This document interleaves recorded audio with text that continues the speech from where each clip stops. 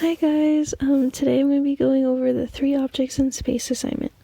So for materials, we're going to be needing pencils, an eraser, a pencil sharpener to keep our pencil nice and sharp, and then lastly, of course, you're going to need 3 objects that you would like to draw.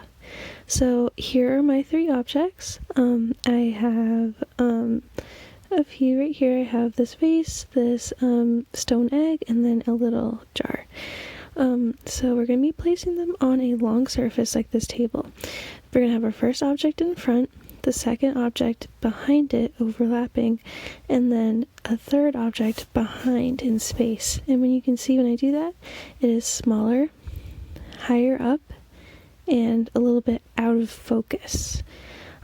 So once you have that all set, you want to take a picture, of course, like we always do, and then we're going to go into our phone and then edit our picture so we can draw from it. So as always, we want to crop in so our composition is focused on that.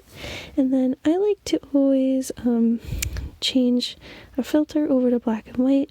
This is a great tool for finding the value. Now to get started with the sketch, I'm going to draw a box for the outside, which is our composition. If you're working from your photo, this is great for scale and measurement.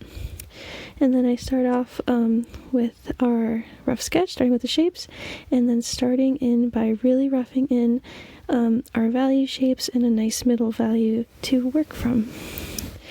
And then I go back in, add in the smaller details, working tighter and tighter with all the values.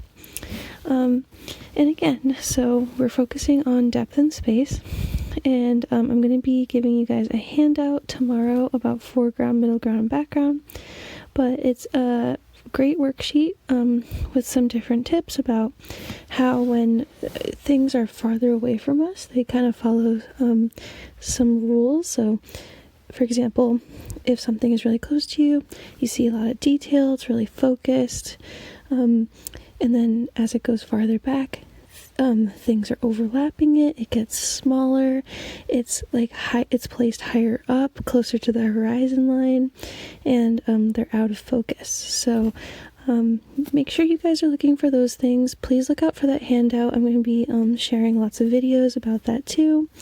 And this is going to be something that we start working on focusing on, and also kind of introducing into our future projects.